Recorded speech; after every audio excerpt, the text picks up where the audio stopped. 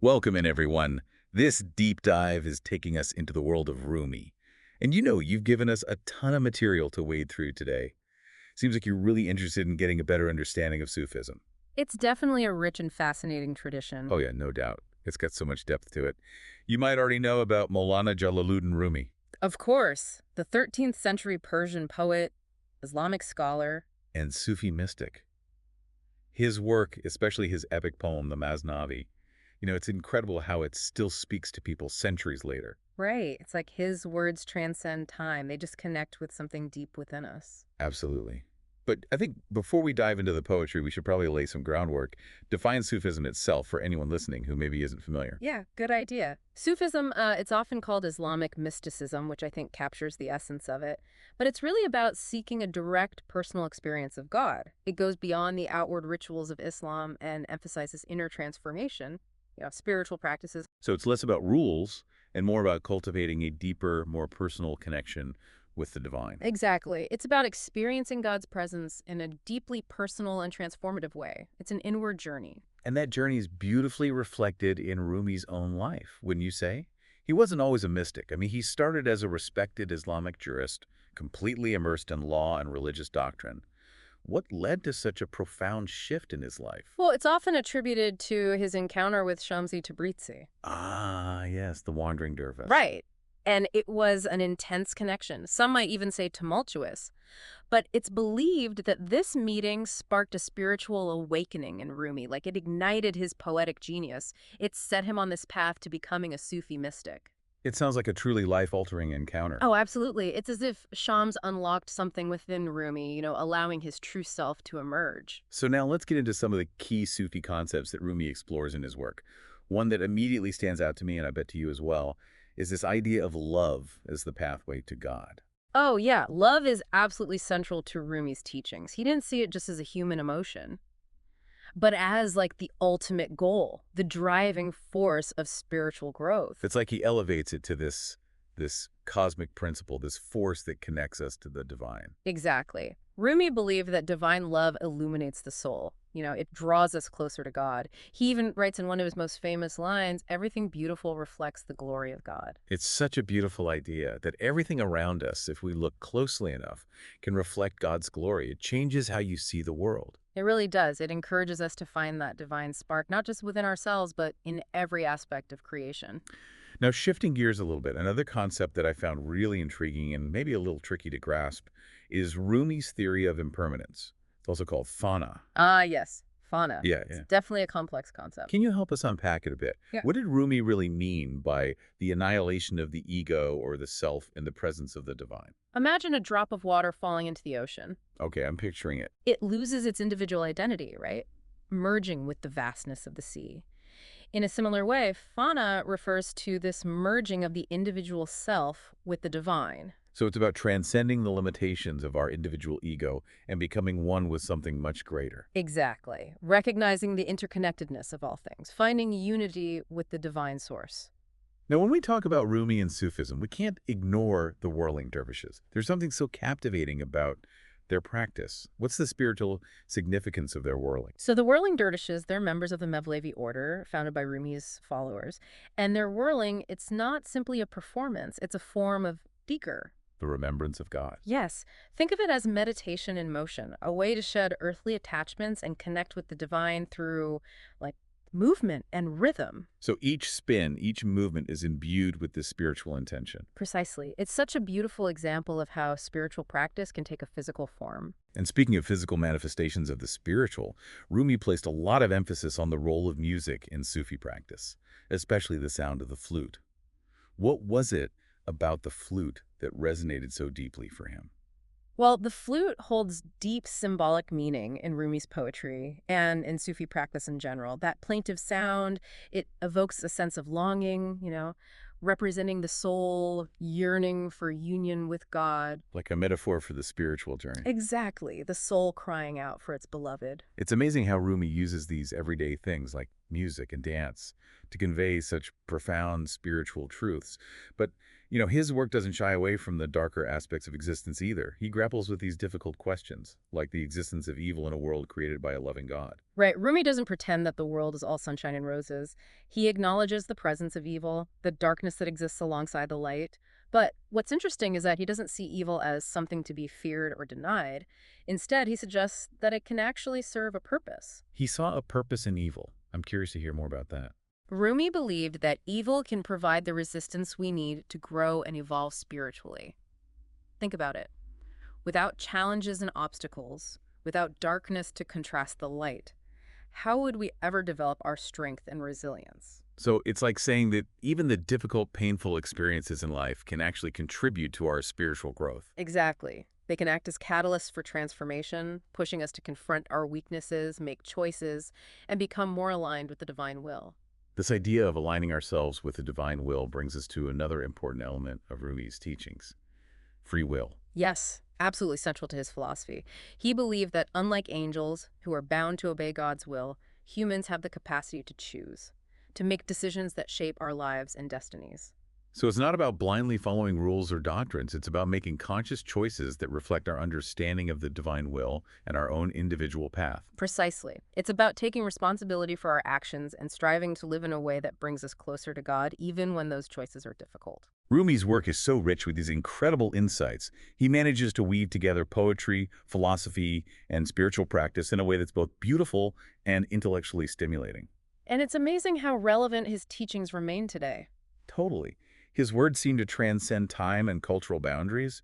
They speak directly to, the deepest longings of the human heart. It's like he's pointing us toward this path that leads to both inner peace and a sense of unity with the world around us. Yeah, you're right. Rumi's vision wasn't just about individual enlightenment. It was about fostering love and compassion and understanding between people. Giving us guidance for our inner world, but also for how we relate to others. Exactly. It's a guide for navigating all those interactions. And that message of unity and interconnectedness feels especially relevant today. I mean, the world feels so divided right now. Absolutely. Rumi's poetry reminds us that despite our differences, beliefs, backgrounds, whatever, we're all part of this divine tapestry. That's a beautiful way to put it. Yeah. He has that famous line, "Out beyond ideas of wrongdoing and right doing, there is a field. I'll meet you there." It speaks to this yearning for understanding, for connection beyond all those boundaries that separate us. It really is a powerful call to move beyond judgment and find some common ground. It is, but it takes courage to step outside our comfort zones, to challenge those preconceived notions and embrace love and forgiveness. Rumi certainly didn't shy away from life's tough questions either. How do we reconcile the existence of evil and suffering with the idea of a loving God? It's a dilemma that's puzzled people for centuries. And Rumi offers such a unique perspective on it. Yeah, he really does. He doesn't try to give easy answers or dismiss the reality of darkness and pain. Instead, he says you got to face it head on, wrestle with it. It's part of our spiritual growth. He saw a purpose in our struggles. I'd love to hear more about that. Rumi suggests that encountering evil and hardship can actually serve a purpose in our spiritual development. It's through those challenges, those moments of darkness, that we develop strength and resilience. And compassion. Right. Yeah. We learn to appreciate the light more fully because we've known the darkness. It's like that saying, what doesn't kill you makes you stronger. But here, it's not just about physical or emotional strength, but about spiritual growth. Exactly. It's about expanding our capacity for love and understanding and empathy. Recognizing that shared humanity and finding unity even in the midst of suffering. So for those of us inspired by Rumi's teachings, how can we apply these concepts to our own lives? Are there specific practices or teachings he emphasized that might help us navigate these complexities and find our own path toward spiritual growth? Well, one practice that's central to Sufism and often referenced in Rumi's poetry is duk. You mentioned that before in the context of the whirling dervishes as a form of remembrance of God. Yeah, exactly. And while the dervishes have a very visually captivating way of practicing dhikr, it can take many forms. It can be as simple as repeating the name of God silently in your heart. Contemplative prayer, chanting sacred phrases or verses. So it's about cultivating a constant awareness of the divine presence. Yes. It's about keeping your heart and mind focused on God, even when life gets busy and distracting, making that connection a core part of who you are. That makes a lot of sense. Rumi also spoke a lot about self-knowledge, didn't he? The idea that understanding yourself is essential to understanding God. Oh, absolutely. He has that famous quote, who looks outside, dreams, who looks inside, awakes. True self-discovery for Rumi is an inward journey. I love that quote. It's about peeling away those layers of ego and illusion to reveal that divine spark within. But it makes me wonder, how do we actually go about this inward journey? What are the steps involved in uncovering that divine spark within ourselves? Well, it's not always a comfortable process. It can be challenging. It requires honesty, self-reflection, and a willingness to confront the parts of ourselves that we might prefer to keep hidden. So facing our shadow selves, our imperfections, that's all part of the process? Right. Recognizing that even those aspects of ourselves that we deem negative or undesirable, they're still part of who we are. By acknowledging and integrating them, we move closer to wholeness. That's powerful. And it reminds me of another theme that runs through Rumi's work: gratitude. Gratitude is a key element. He believed that cultivating gratitude for the blessings in our lives, no matter how small they may seem, is a powerful tool for finding contentment and joy. Shifting our focus from what we lack to what we have. Precisely, appreciating the abundance around us. Now, Rumi founded the Mevlevi order, but it seems like he wasn't a big fan of rigid rules or dogma. Yeah, he wasn't. While he established the spiritual order, his teachings always emphasized that personal experiential relationship with God rather than blind adherence to external authority. So it's about cultivating an inner compass that guides us toward the divine, rather than relying on a set of rules or beliefs. Exactly. He encouraged his followers to seek their own direct experience of God, to find their own unique path. And that path often involved creative expression, didn't it? Through poetry, music, dance, the Sufis sought to connect with the divine in a very visceral way. Oh, absolutely. For Rumi, creativity wasn't just a form of entertainment or self-expression. It was a spiritual practice, a way to channel divine energy and connect with something larger than yourself. It's fascinating how he saw those forms of expression as pathways to the divine. Spirituality isn't confined to rituals. It can be found in the everyday experiences of life. That's a great point. Rumi's work blurs those lines between the sacred and the secular. He saw beauty and the potential for spiritual connection in everything, from simple acts of kindness to the grandeur of nature. And that brings us back to that quote: everything beautiful reflects the glory of God. It's a reminder to open our eyes and our hearts to the wonder and beauty that surrounds us, To see that divine spark in all things. and to appreciate the diversity of creation. Right. To recognize that the divine can manifest in so many forms. This is all incredibly inspiring.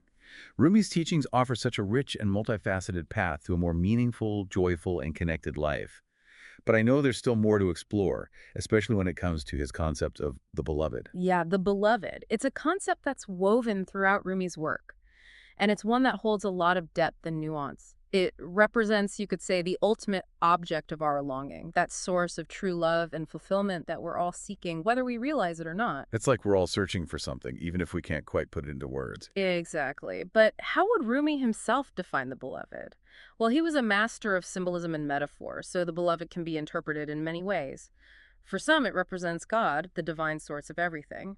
For others, it might symbolize a spiritual teacher, a lover. Or even the yearning for wholeness within oneself. Right. So it's less about a specific person or entity and more about a universal archetype, a representation of that deep human longing for connection, for completion. It's about recognizing that yearning within us and understanding that the journey to fulfill it is paved with, love, surrender, a willingness to let go of the ego's limitations. And it reminds me of that beautiful line where Rumi says, "Out beyond ideas of wrongdoing and right doing, there is a field, I'll meet you there." He's inviting us to transcend that duality, to find a place of unity and acceptance, a place where we can truly connect with the beloved. That field, that place of unity, is where we can experience the beloved. Yeah. Whether we understand it as God, our true selves, or the interconnectedness of all beings, it's a state of being, not a destination. Right. It's not a place you arrive at. It's something you experience. It also suggests that this journey to the beloved isn't a solitary one. We need each other to navigate it. Precisely. Rumi himself had Shams, his spiritual companion and guide. And the Mevlevi order, which he founded, was built on those principles of community shared practice. So it's not about isolating ourselves and trying to achieve enlightenment on our own. Nope. It's about finding community, connecting with like-minded souls, supporting each other's growth. It all comes back to that idea of unity, of recognizing the divine spark, not just within ourselves, but in all beings. It's such an inspiring vision, isn't it? It is. And it challenges us to really live our lives in a way that reflects that understanding. To embody those principles of love, compassion, unity in our daily actions. So it's not just about intellectual understanding.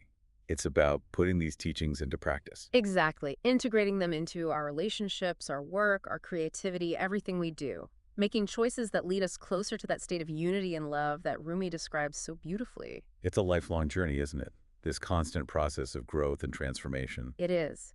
But Rumi reminds us that even small steps, even those little moments of awareness and connection, can make a difference. We don't need to reach some grand state of enlightenment to experience the beauty and the power of his teachings. Exactly. And so, where do we start? What's a practical step that someone listening could take today to begin integrating Rumi's wisdom into their life? That's a great question.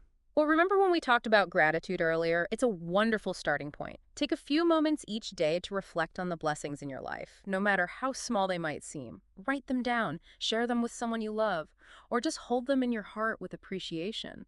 This simple practice can shift your perspective and open you up to the abundance that already exists. It's about making that conscious choice to focus on the good, to appreciate those gifts that we often take for granted. Yes, and from that place of gratitude, we can start to cultivate those other qualities that Rumi emphasized: love, compassion, forgiveness, a willingness to see that divine spark in ourselves and in everyone we meet. Wow. I'm feeling incredibly inspired after this deep dive into Rumi's world. His poetry is just so rich and evocative, and his teachings are so timeless and profound. Me too.